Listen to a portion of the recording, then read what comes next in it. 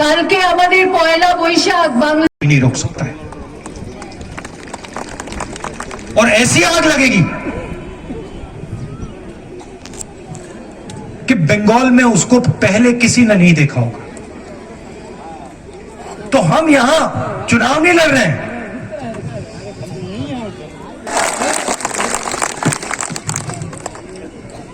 चुनाव में भाषण करने नहीं आया हूं। मैं आपको यह बताना चाह रहा हूं कि अगर बंगाल बट गया तो सबसे ज्यादा नुकसान बंगाल की जनता को होगा, बंगाल के भविष्य को होगा। अब आप देखिए, बीजेपी ने उत्तर प्रदेश में आग लगाई,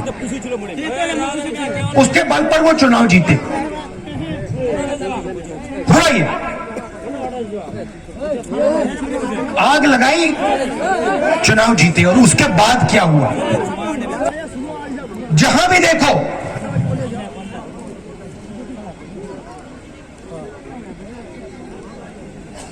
लोग कोरोना से मर रहे हैं। चीफ मिनिस्टर कोई समझ नहीं,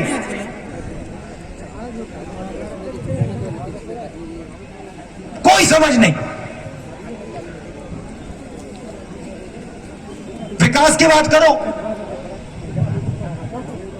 कुछ नहीं हुआ। 8 बजे रात को हिंदुस्तान के प्रधानमंत्री टीवी पे आते हैं, कहते हैं भाई और बहनों मुझे 500 रुपए 1000 रुपए का नोट अच्छा नहीं लगा, मैंने उसको रद्द कर दिया, खत्म कर दिया उसको। काले धन के खिलाफ लड़ाई है, कर दी काले धन के खिलाफ लड़ाई।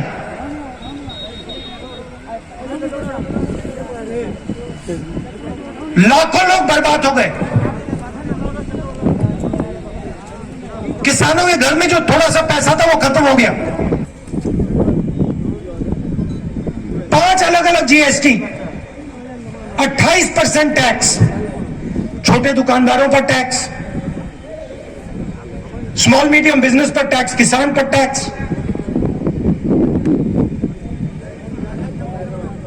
आज तक छोटे दुकानदारों को जीएसटी नहीं समझ आई। अब जाइए किसी से भी पूछ लीजिए, किसी गरीब आदमी से पूछिए, अमीर से मत पूछिए, किसी भी गरीब आदमी से पूछिए नोटबंदी से आपका फायदा हुआ? हाथ जोड़ के कहेगा नहीं हुआ। अलग अलग प्रदेशों में ये चुनाव हो रहे हैं, असम में, केरल में, बंगाल में, तमिलनाडु में। और इससे पहले मेरे इन प्रदेशों में दौरे हुए। तमिलनाडु में, असम में, जब मैंने इन लोगों से पूछा कि आपको क्या लगता है, उन्होंने मुझे बताया कि पहली बार हमें ऐसा लग रहा है कि हमारे इतिहास पे फैलाने की कोशिश कर रही है वही विचारधारा असम में फैला रही है, और एआईडीएमके के माध्यम से वही विचारधारा तमिलनाडु में फैला रही है।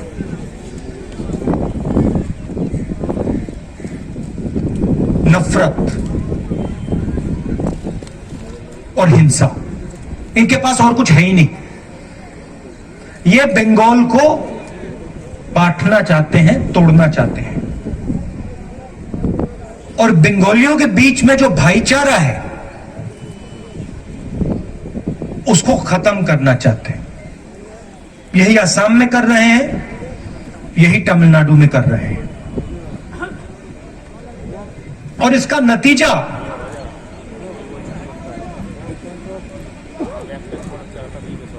खराब होगा।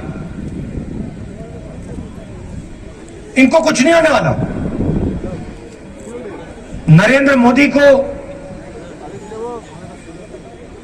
अमित शाह को इनको कुछ नहीं होने वाला है। ये प्रधानमंत्री के घर में बैठे हैं,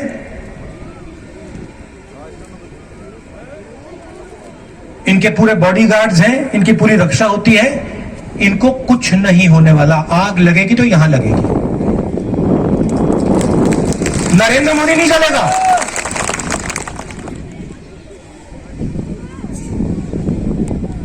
अमित शाह नहीं चलेगा, अमित शाह के बेटे को कुछ नहीं होने वाला। बंगाल जलेगा।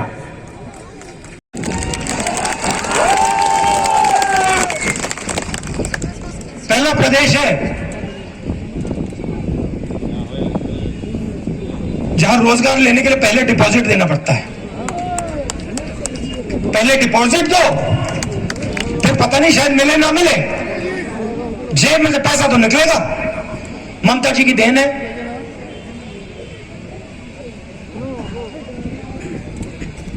कहती है चुनाव के समय खेल होंगे।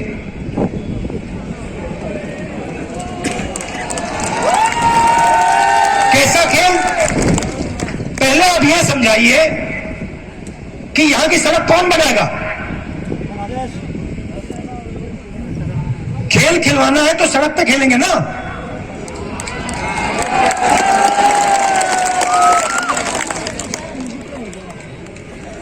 यहां कॉलेज यूनिवर्सिटी कौन लगाएगा? खेल खेलना है तो उसके मैदान में खेलेंगे, वो तो आप देती नहीं।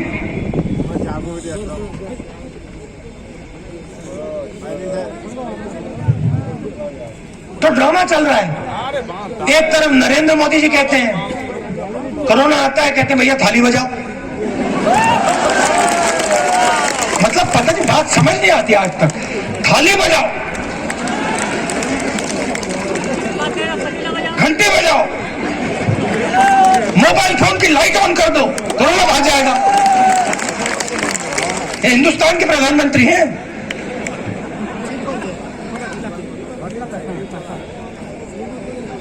भाग गया कोरोना,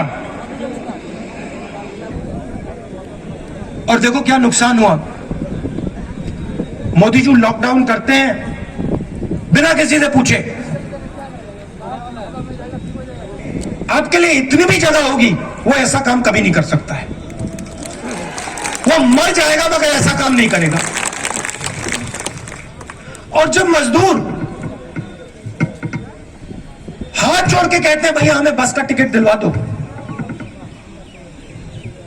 ट्रेन का टिकट दिलवा दो, वापस घर जाना चाहते हैं, बंगाल जाना चाहते हैं, तो समर बंगला वाला आदमी कहता है नहीं हम तुम्हें नहीं देंगे। ये आपके जिंदगी, आपके परिवार, याद रखिएगा राहुल जी। यहाँ आपने कहा कि ममता जी आप बंगाल को चलाइए, क्या उन्होंने वो जिम्मेदारी निभाई? आपको लगता है कि ममता जी ने काम किया आपके लिए? कोई कह सकता है यहां पे हाँ ममता जी ने मेरे लिए काम किया, कुछ करके दिखाया? यहां पे ममता जी ने रोजगार दिया आपको, कॉलेज लगवाया, सड़क बनवाई, तो फिर क्या मतलब है?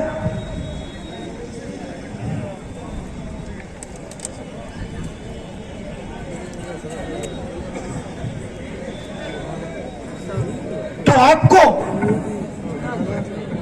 सोच समझ के हमारे गठबंधन को समर्थन देना है। और हमारे जो एमएलए हैं उनको आप भारी बहुमत से जिताइए। और एक बात याद रखिए, देखिए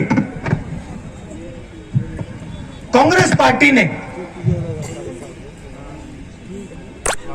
हमारे इतिहास में कभी बीजेपी के साथ समझौता किया? कभी किया? आपने देखा, सुना कभी? कभी किया? कभी अलायंस किया उनके साथ? नहीं किया ना। ममता जी ने किया है? ममता जी ने कभी किया? तो आप एक बात याद रखिए, हमारी आरएसएस बीजेपी से विचारधारा की लड़ाई है। जैसे दीपा जी ने कहा, उनकी विचारधारा ने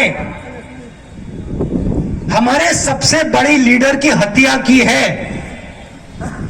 हमारे गुरु की हत्या की है, गांधी जी की हत्या की है। उस विचारधारा के खिलाफ हम खड़े रहेंगे, हम पीछे कभी नहीं हटेंगे, मर जाएंगे मगर नहीं हटने वाले। ममता जी की राजनीतिक लड़ाई है, अलग बात है। हमारी राजनीतिक लड़ाई है, मगर हमारी विचारधारा की लड़ाई है। हम उनके साथ मर जाएंगे मगर नहीं खड़े होंगे।